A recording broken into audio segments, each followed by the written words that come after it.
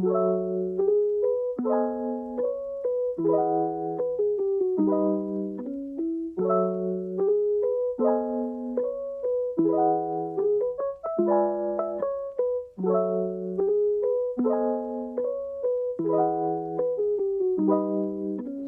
is love? Hirap naman. Hirap. Knowing each other's weaknesses and helping each other grow despite those weaknesses. Sinabi mong love, hindi lang siya dahil sa looks, sa status. Love mo siya kasi yun yung nararamdaman mo, diba? Hindi yun dahil nagustuhan mo lang dahil kung anong meron siya.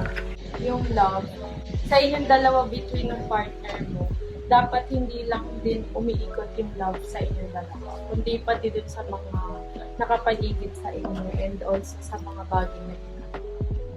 It means putting the person first and, doing things kasi alam mo na yun yung makakabuti for that person kahit na minsan mahirap. And also, to add to that, putting love in concrete actions through sacrifice. Forgetting ourselves and always acting for the benefit of other person makes our love more tangible. For me, selfless love is always mutual. So, kailangan yung decision making nyo, kailangan laging mutual. Tama, parang give and take kapag selfless love. Selfless. My concern would be if you just give your whole self and you encounter problems. Yeah. There might be issues, right? And you have to love yourself as well. Yeah. If you give your whole self, is that really allowing more good for the other or more evil? Your boyfriend or girlfriend, for example, or husband or wife, taking advantage already and using you. That's not love anymore.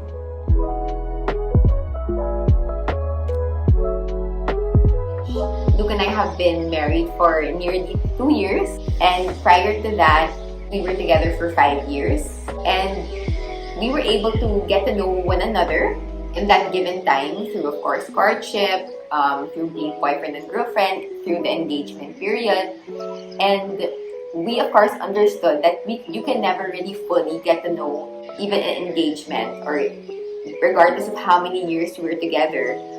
And precisely that's why marriage is so beautiful, because you enter marriage knowing that there is a lifetime ahead of you to get to know one another, and living in is part of that step in marriage that this is you starting a life together. And I think that defeats the purpose if you want to preempt it already. It might just even spoil things.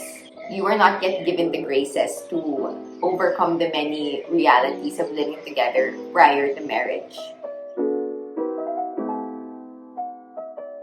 Dahil nasa marriage couple kami, syempre as part na marriage ka na binless ka ni Lord sa ganong sacrament, nagvow ka na you give as a wife yourself to your husband. When we love, we find our true self. By practicing chastity, we are able to have that self-respect and self-preservation. We're not giving ourselves in a vulgar manner to other people. I think it's something along the lines of safeguarding purity. Yeah, it's not just saying no to sex. Yeah. Instead of think of it as a negative virtue, Yeah. it's positive, Yeah. right? Protect your purity by supernaturalizing it. What I mean by that is offering it up for God. So putting that dimension to it so that everything is done out of love.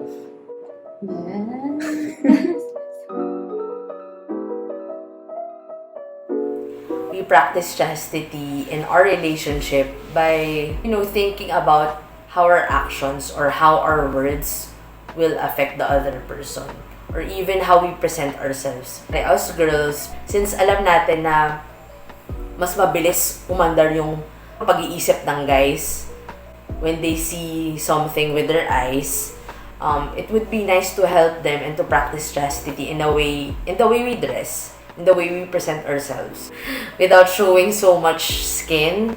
It's also a way to help the guys know us more, versus than just them knowing us because of how we look, diba?